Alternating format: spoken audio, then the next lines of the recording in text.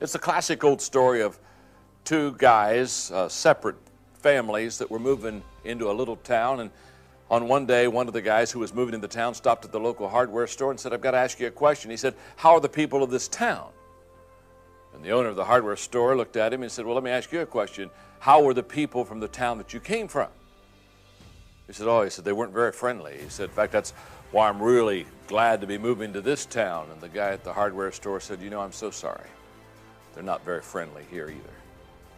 A couple days later, another guy dropped by the same hardware store, said, "I'm moving here." He said, "I got to ask you a question. How are the people of the town?" And again, the owner of the hardware store looked at him and said, "Let me ask you, how were the people in the town that you just left?" "Oh," he said, "we hated to leave. Those people were so friendly and so warm. We had great relationships." And the owner of the hardware store says, "I've got great news for you. They're friendly here also." You see, it's a fact. Who you are determines how you see others.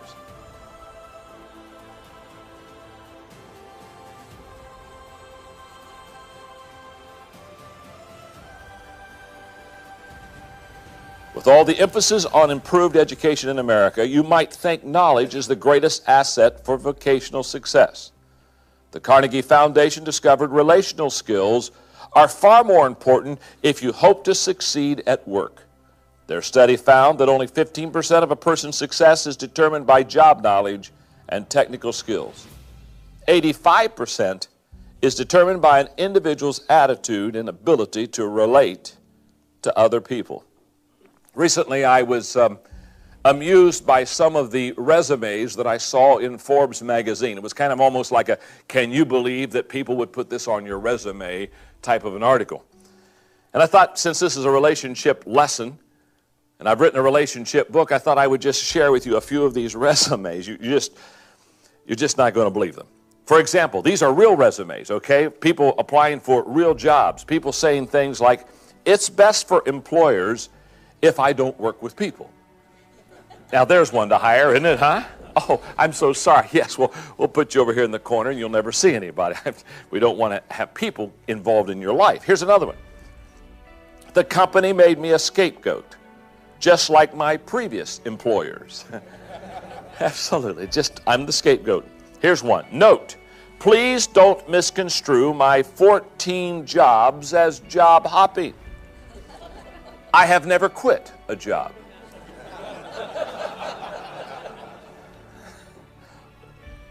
One more.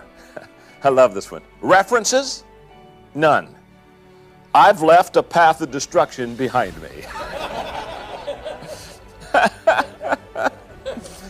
The book is entitled "Winning with People, Discover the People Principles That Work Every Time." Now, when you look at that book and you realize that I say discover the people principles that work every time, I didn't say, and I want to make sure you understand it, I didn't say discover the people principles that work every time for everybody. I didn't say discover the people principles that work for others every time. I did say discover the people principles that work for you every time. Because, two things in your notes, these people principles will help you better understand others. And two, they will help you better understand yourself. The result, the daily practice of these people principles will improve your people skills with everyone. Note, I did not say everyone would like you. That's impossible. You see, we cannot always determine how others will respond to us. We can always determine how we will respond to others. So therefore, note, when I respond correctly to you, I win. That's what these people principles will teach you. They'll teach you how to respond correctly to others. When others respond correctly to me, we win. What I'm concerned about is not how other people relate to you. I'm concerned about how you relate to others. A long time ago, I learned that I cannot control the actions or the reactions of others. But if I understand people correctly and if I have good people skills, I can control mine. And I can determine not how they feel about me, but I can determine how I feel about them. In fact, one time I shared with someone, I said, "I have no enemies." And they looked at me and said, well, how could you have no enemies? Being a leader like you are and a strong leader and building organizations, you've got to have a lot of people that aren't happy with you. I said, oh, no, I didn't say a lot of people were unhappy with me. I have no enemies. See, how you treat me, that's your choice. How I treat you, that's my choice. If you don't like me, that's your choice. I'll still choose to like you.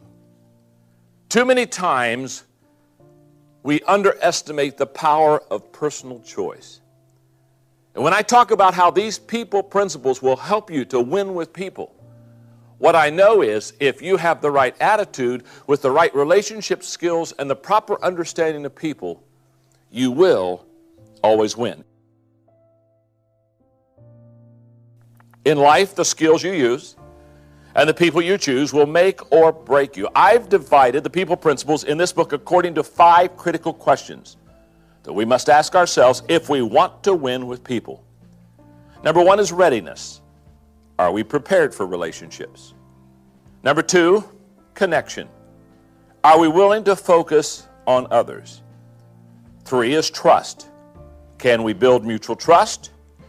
4, investment. Are we willing to invest in others? And finally, number 5, synergy. Can we create a win-win relationship? I want to talk to you first of all today about readiness. Are we prepared for relationships?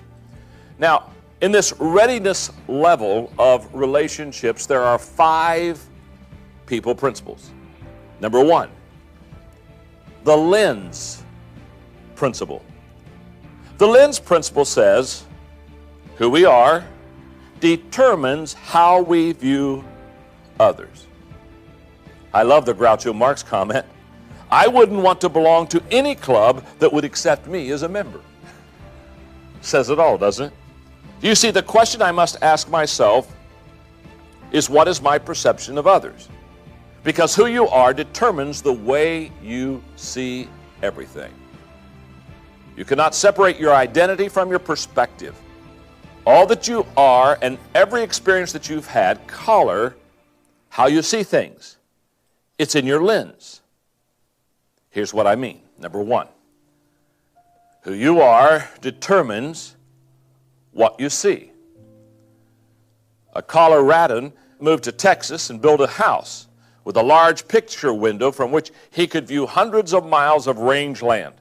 When asked how he enjoyed the view, he responded, "The only problem is there's nothing to see."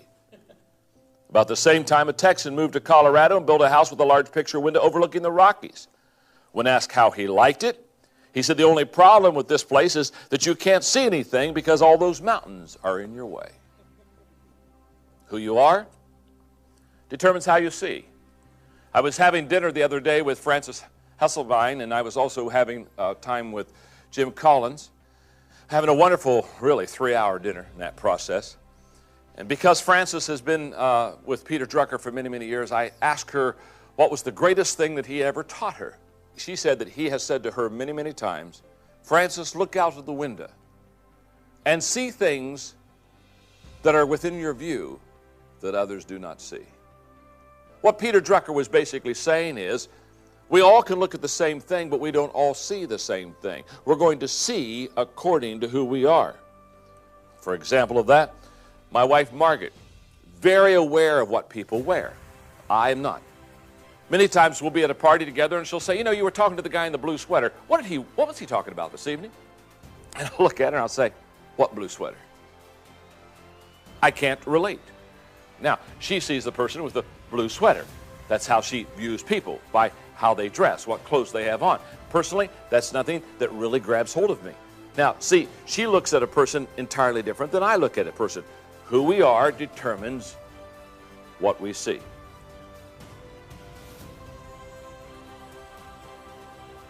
People can usually trace their successes and failures to relationships in their lives. That's an absolute fact. If you would look at your successes or your failures, I would almost guarantee you every time something good has happened to you or every time something difficult has happened to you, you could point it back to some relationship that you've had in life. For example, our successes. In my book on the laws of teamwork, I talk about the law of significance that says one is too small of a number to achieve greatness. And basically what I say in that law is simple. If you and I are going to achieve something that's worthy and worthwhile and is something that is an achievement, I will almost guarantee you it will be done with someone else, not just by ourselves. It's also true in our failures. In your notes, I talk about the fact that 7 out of 10 people lose their jobs because of personality conflicts. Think about it. Think about people that you've had to let go in your office, or perhaps maybe at a time in the past you've had to be let go. I will almost guarantee you it's some kind of a personality conflict. I have a minor degree in counseling, and I've done a little bit of it, not a lot. But I can tell you this. If you're sitting down counseling people, almost all the time, it's in some area of relationships. Somebody's struggling with somebody, somebody's having a difficult time with someone. It's almost always a relationship issue.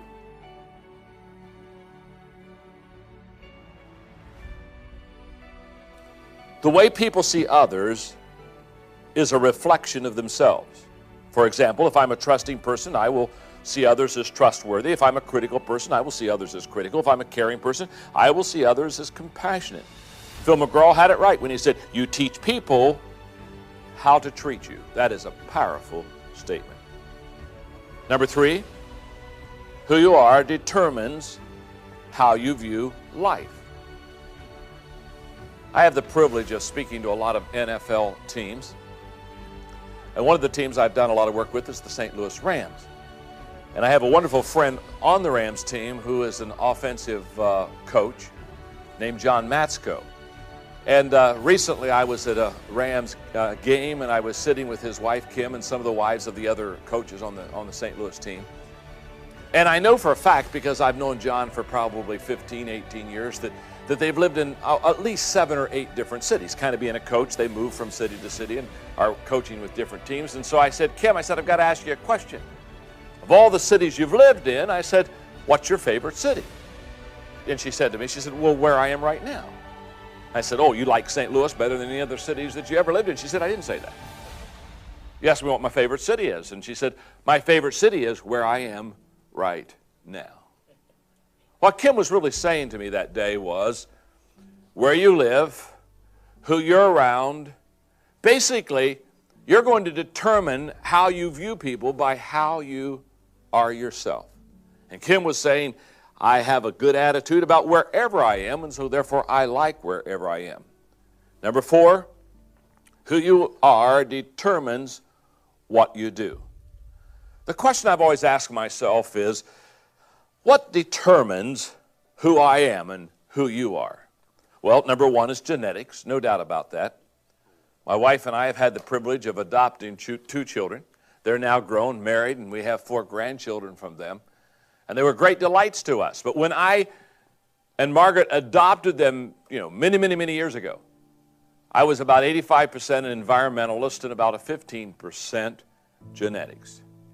Now, having raised 2 adopted children, I'm about 85% genetics and about 15% environment. It's kind of like when I was a pastor and didn't have any children, I had great lessons on how to raise your kids. Then I had some and went into about a 20-year silence. But who we are, major genetic issues. Number 2, self-image. He was exactly right when T.S. Eliot said, half of the harm that is done in this world is due to people who want to feel important. They do not mean to do harm. They are absorbed in the endless struggle to think well of themselves. Number 3, experiences in life. Basically, the experiences that you and I have do mold us. And I would say this, we've all heard it said that experience is the best teacher. But I'm here to tell you it isn't. Never has been. I've known all kind of people who have had all kind of experience, and they haven't learned anything. Just because you're getting older doesn't mean you're getting better. Evaluated experience is the best teacher. The ability to look at where you have been and what you have done and pull back and reflect and evaluate. That's the instructor of our life. Number 4, attitude. Attitudes and choices about those experiences determine what you and I do. Number 5, friends. The friends that we associate with have a great determining factor on who we are and what we do. I close with this paragraph on people principle number 1, the lens principle. The way you view others is determined by who you are. You cannot get away from that truth. If you don't like people, that really is a statement about you and the way that you look at people. Who you are determines how you view others. Your viewpoint is the problem. If that's the case, don't try to change others. Don't even focus on others. Focus on yourself. If you change yourself and become the kind of person you desire to be, you will begin to view others in a whole new light. And that will change the way you interact in all of your relationships.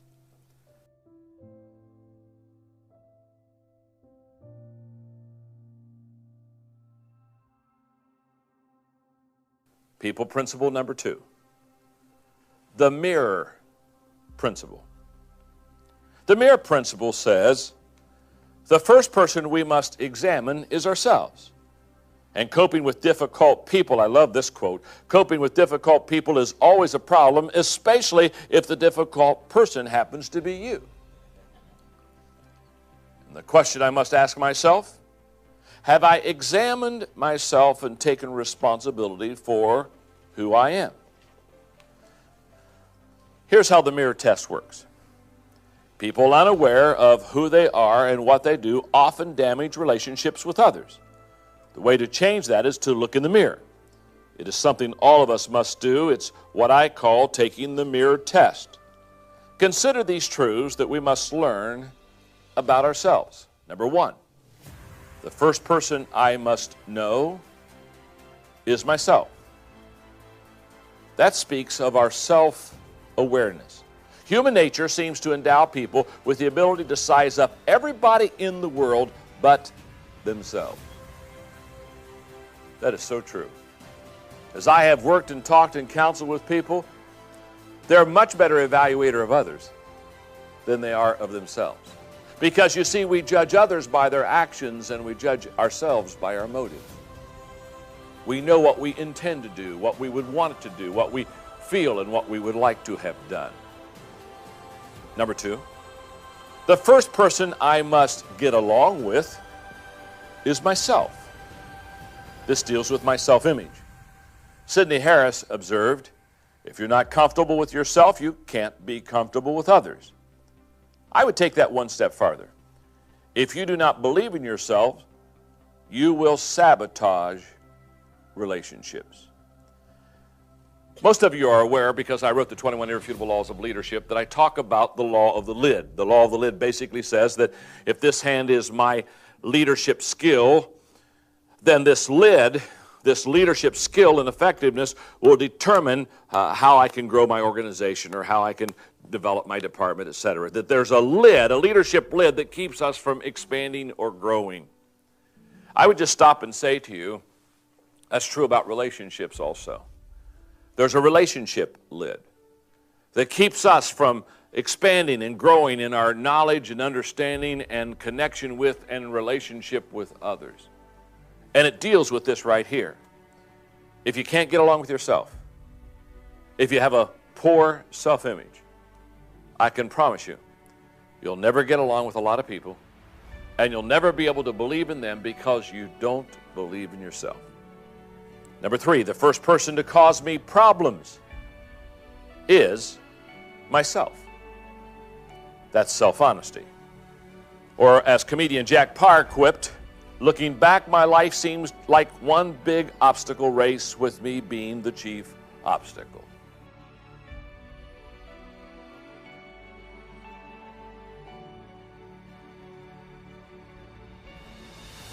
I did a tape one time, a leadership tape, entitled How to Get Out of Your Own Way.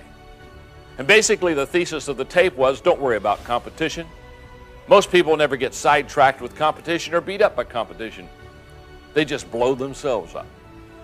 Most people, if you just let them alone, it's only a matter of time till they go into the ditch. We can't even win a race sometimes with ourselves because of the self-image, because of this whole process of the mere principle, and unable to cope with who we really are. Number 4, the first person I must change is myself. This deals with self-improvement. In the crypts of Westminster Abbey, the following words were written on the tomb of an Anglican bishop who lived in the 11th century. When I was young and free, my imagination had no limits, and I dreamed of changing the world. As I grew older and wiser, I discovered the world would not change, so I shortened my sights somewhat and decided to change only my country. But it too seemed immovable. As I grew in my twilight years, in one last desperate attempt, I settled for changing only my family, those closest to me. But alas, they would have none of it.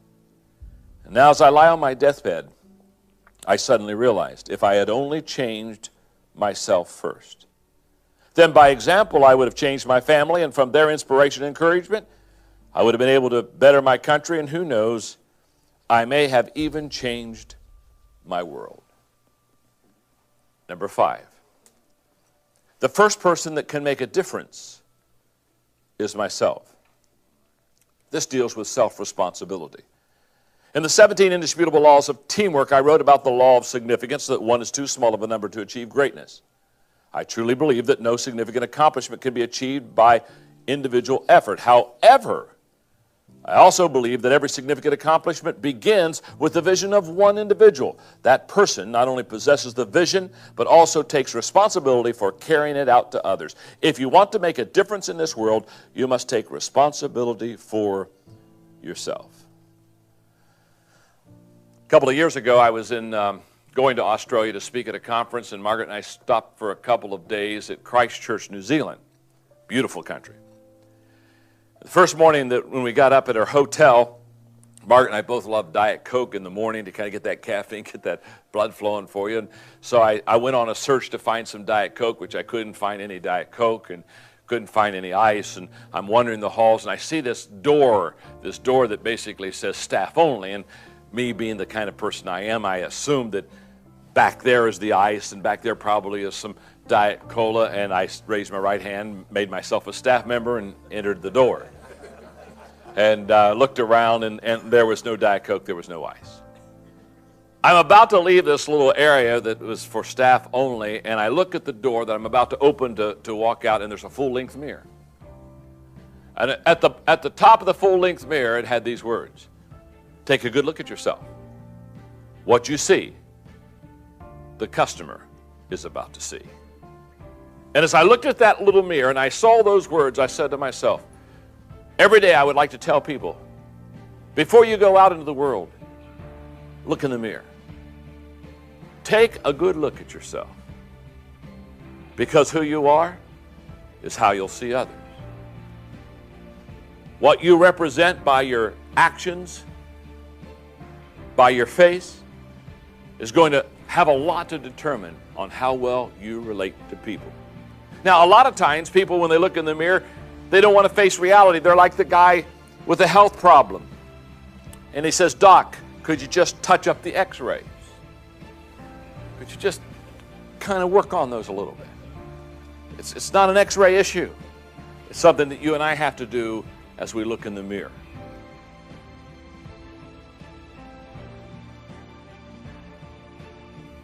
People principle number 3, the pain principle. The pain principle says, hurting people hurt people and are easily hurt by them.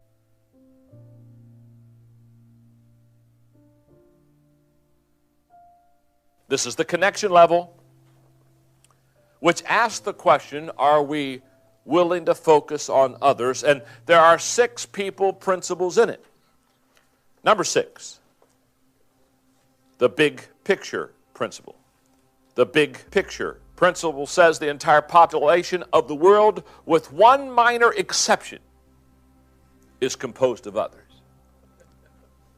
And the question I must ask myself, do I have a hard time putting others first? When it comes to winning with people, Everything begins with the ability to think about people other than ourselves. That is the most basic principle in building relationships.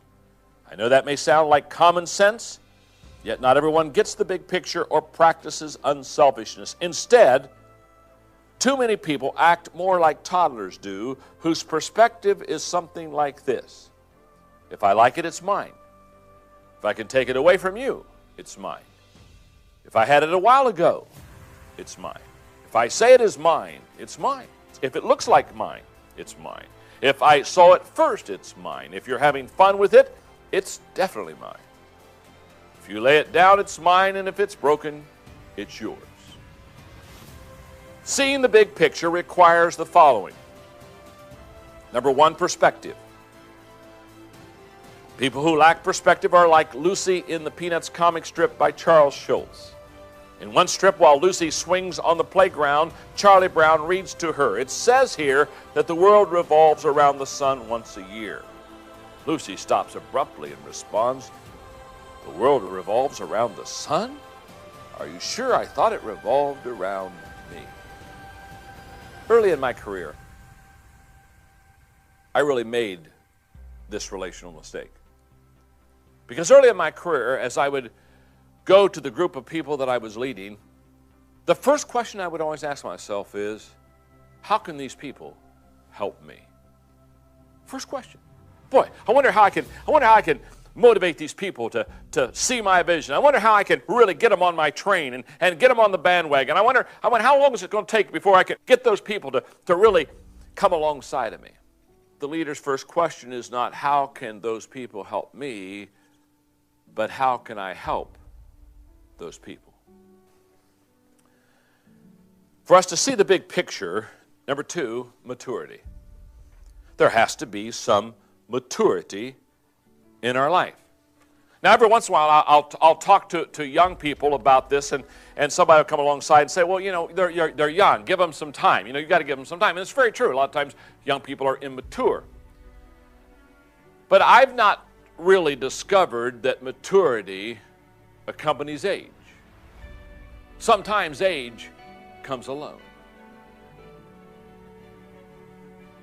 I know a lot of people that are getting older, but they're not getting better.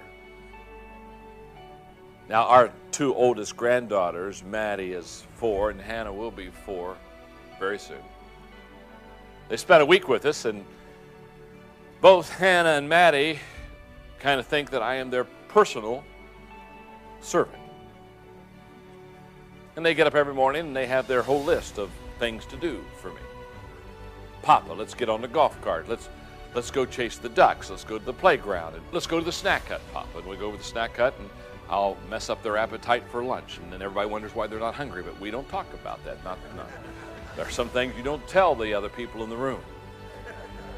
Those hot dogs are a lot better than what they're going to have at the lunch anyway. They were with us for a whole week. And I mean, every day, they could hardly wait to get up and have me do something for them. Not one time, I kid you not one time in 7 days did Hannah or Maddie come up to me and said, Papa, we've been talking. You do so much for us. What could we do for you today? Not one time did it enter those 4-year-old girls' mind that they should do anything for me. And that's okay. They're 4. It's very sad when you're 40 and you still think like that. That's why I used Bob Buford's diagram in his book, Halftime, that shows you basically 2 ways that people have their lives. And if you look at those 2 kind of circles, one is going inward and one is going outward. And in your notes, while the first half self is small, the second half self is large. The first half self winds inward, wrapping tighter and tighter around itself, and the second half winds outward, unraveling itself from the paralysis of a tightly wound spring. The small self contains only you. It's basically alienated and alone and pathologically individualistic. The larger self is whole because it is bonded with something transcendent. Self-transcendence has legs. It goes the distance and completes the race. So to see the big picture, perspective, maturity. And number 3, responsibility. I have there a recipe in your notes for a miserable life. These are words about emotional poverty and self-centeredness. Here's the recipe for a miserable life. Think about yourself. Talk about yourself. Use I as often as possible. Mirror yourself continually in the opinion of others. Listen greedily to what people say about you. Expect to be appreciated. Be suspicious. Be jealous and envious. Be sensitive to slights. Never forgive a criticism. Trust nobody but yourself. Insist on consideration and respect. Demand agreement with your own views on everything. Sulk if people are not grateful to you for favors shown to them. Never forget a service you may have rendered. Be on the lookout for a good time for yourself. Shirk your duties if you can. Do as little as possible for others. Love yourself supremely. Be selfish. For some of us, we can put a picture right there, can't we? We can put a face right there. People principle number 7, the exchange principle. The exchange principle says, instead of putting others in their place, we must put ourselves in their place. Sometimes when you give a person a piece of your mind, you lose your own peace of mind. The question I must ask myself is, do I try to see things from others' point of view? Here's what I've discovered about the exchange principle. Number 1, we naturally do not see ourselves and others from the same perspective. Longfellow was right when he said, we judge ourselves by what we feel capable of doing, while others judge us by what we have already done. I came across a piece called Whose Point of View that captures our nature and describes it well. When the other fellow takes a long time, he's slow. When I take a long time, I'm thorough. When the other fellow doesn't do it, he's lazy, but when I don't do it, I'm busy. When the other fellow does something without being told, he's overstepping his bounds, but when I do it, that's initiative. When the other fellow overlooks a rule of etiquette, he's rude. When I skip a few rules, I'm original. When the other fellow pleases the boss, he's an apple polisher, but when I please the boss, well, now that's cooperation.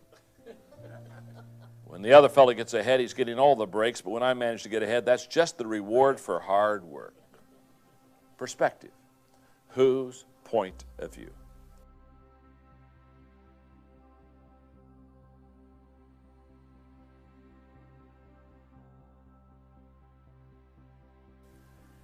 Number 2, when we fail to see things from the perspective of others, we fail in our relationships. In other words, when we fail the exchange principle, when we fail to put ourselves in the place of others, almost always relationships deteriorate. And I love this piece called The Hot Air Balloon. A man in a hot air balloon realized that he was lost. He reduced altitude, spotted a woman below. He descended a bit more and shouted, "Excuse me, can you help me? I promised a friend I would meet him an hour ago, but I don't know where I am." The woman below replied, "You are in a hot air balloon, hovering approximately 30 feet above the ground. You're between 40 and 41 degrees north altitude and between 59 and 60 degrees west longitude." "You must be an engineer," said the balloonist. "I am," replied the woman. "How did you know?" "Well," answered the balloonist, "everything you told me is technically correct, but I have no idea what to make of your information. And the fact is, I'm still lost. Frankly, you've not been much help at all. If anything, you've delayed my trip." The woman below responded, "You must be in management." "I am," replied the balloonist, "but how did you know?" "Well," said the woman, "you don't know where you are or where you're going. You've risen to where you are due to a large quantity of hot air. You made a promise which you have no idea how to keep, and you expect people beneath you to solve your problem. The fact is, you are in exactly the same position you were before we met, but now somehow you've managed to make it my fault."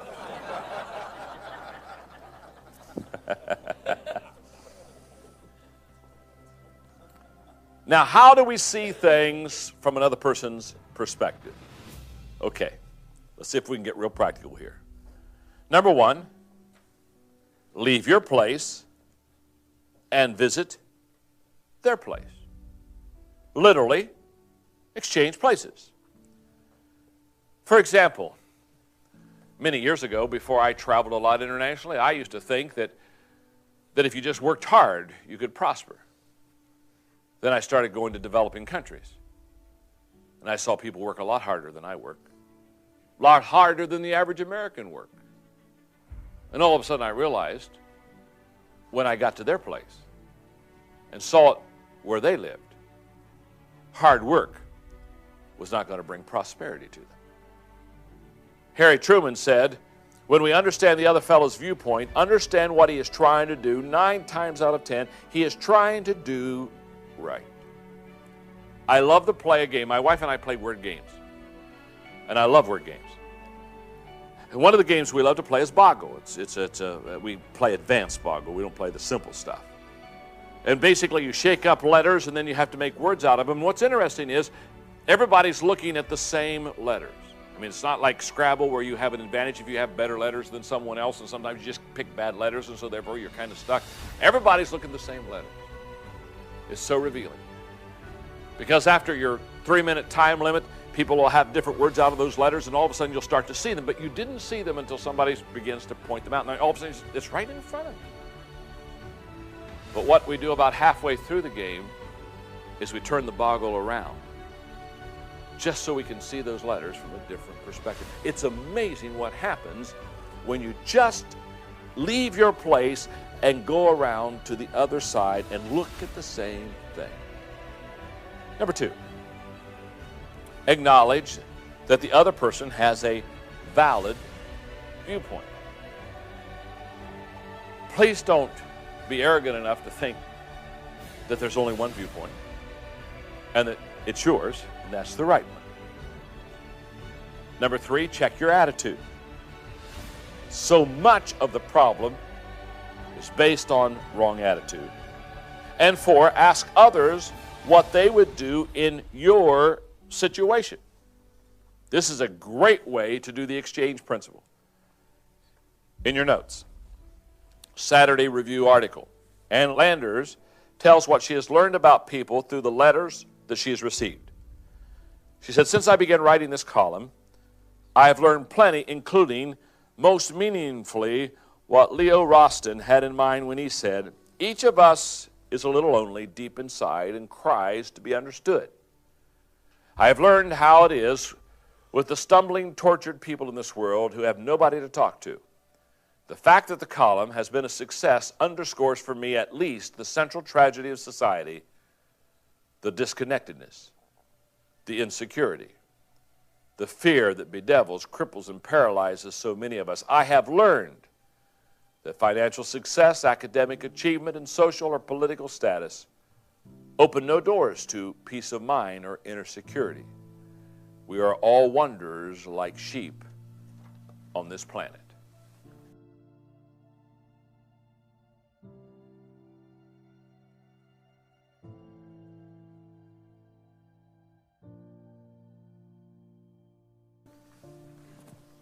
People principle number 8, the learning principle.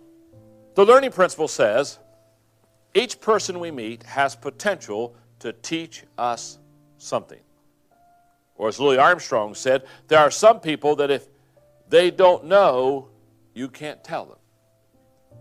And the question I must ask myself, do I approach people with a desire to learn from them? 3 attitudes about learning from others. Number 1, no one can teach me anything. That's an arrogant attitude. The reality is that no one is too old, too smart, or too successful to learn something new. The only thing that can come between a person and the ability to learn and improve is a bad attitude.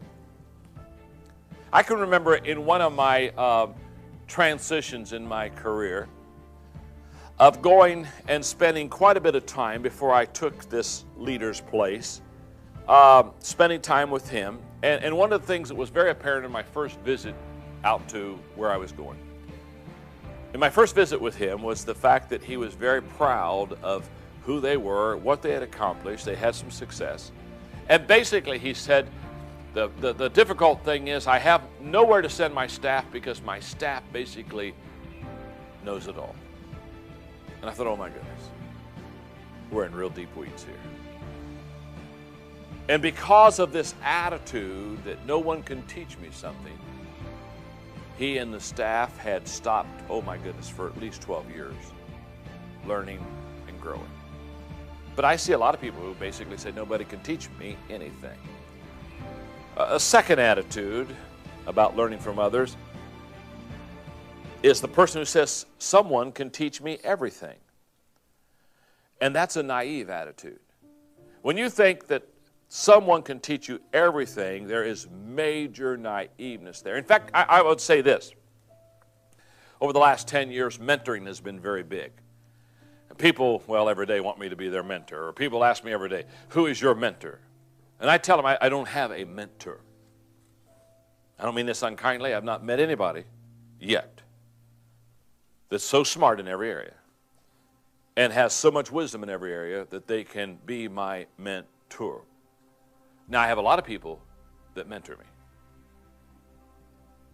I have a lot of people who really come alongside of me and help me and give me their wisdom and teach me out of their experiences. And I have probably 12 or 15 mentors, but I don't have one mentor. I think it's very naive. And I think it's not only naive, I think you set yourself up for major failure when you think one person can teach you everything. And I always worry about the mentor who thinks he can teach you everything. I want to go up and say, is anybody home? And is anybody home?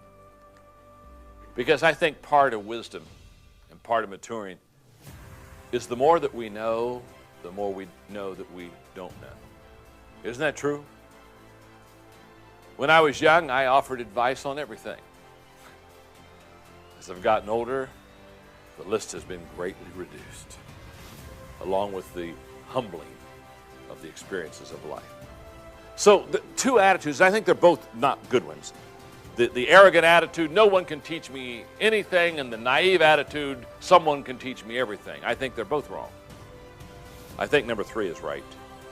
Everyone can teach me something. And I think that's a teachable attitude or a spirit. In other words, every person I meet, if I search out and seek out and ask questions and really desire to understand and learn, everybody I meet has something that they can teach me.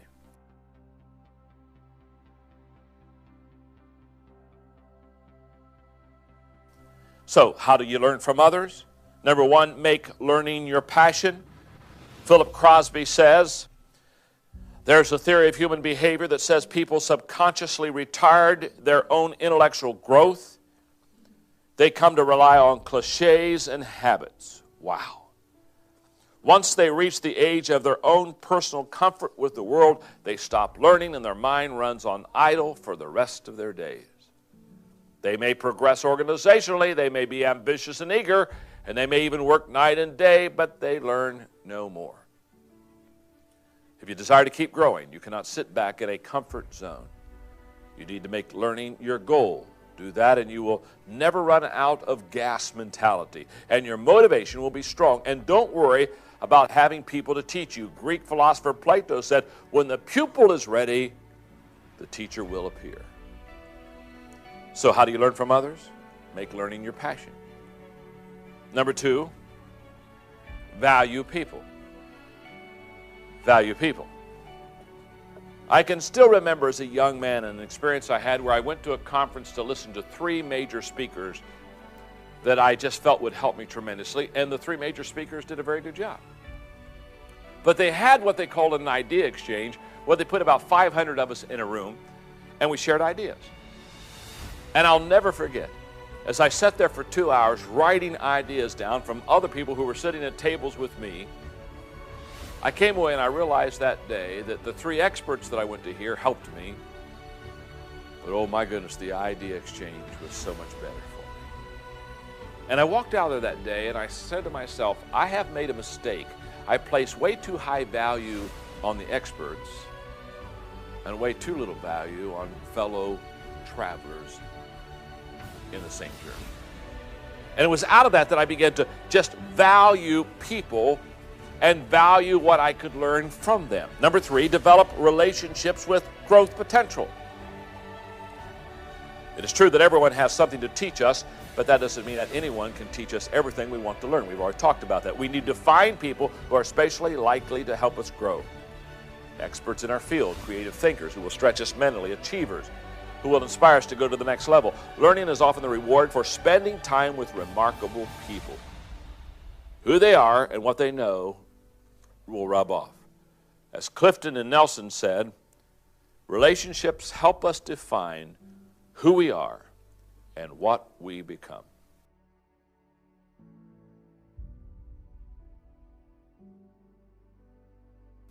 I have made it a habit in my life to every month have what I call a learning lunch. And every month I seek out people, most of whom I have never met. It may be an author of a book that's going to be in a town where I'm going to go, and I've read their book, and I'll call and ask if I can have a lunch with them. But every month I have a learning lunch, at least one. Sometimes I get 2 or 3 in, but always have one. I always set up one for sure. I mean, get that one nailed down. And in that learning lunch, I have a series of questions. I referred to in another lesson of having dinner with Jim Collins and Francis Hesselbein. I kid you not. I prepared 4 hours for that lunch. And when I went to the table, you see, most people, when they go to the table, they think they should eat food. I can eat food anywhere. I've got my questions. You eat the food, I'll ask the questions. And I asked the first question to Jim Collins. I said, would you talk to me about the value of curiosity? Because in your book, especially Good to Great, your curiosity is evident everywhere. I said, what is the value of curiosity?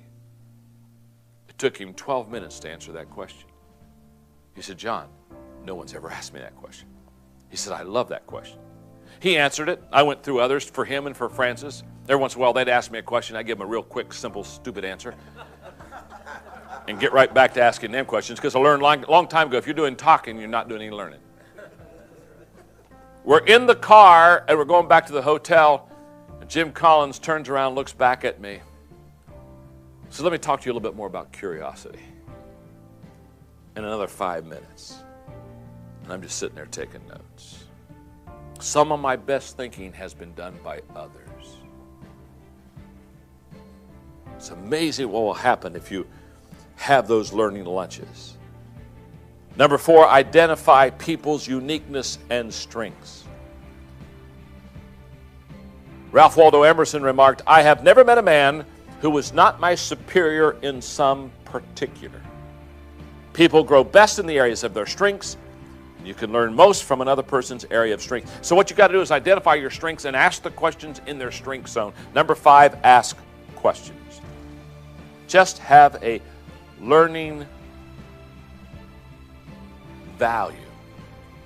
The learning principle is huge. And I have watched people and realized that if you really want to develop strong relationships, ask questions and learn from people. And by the way, you create tremendous value when you're asking somebody to teach you something.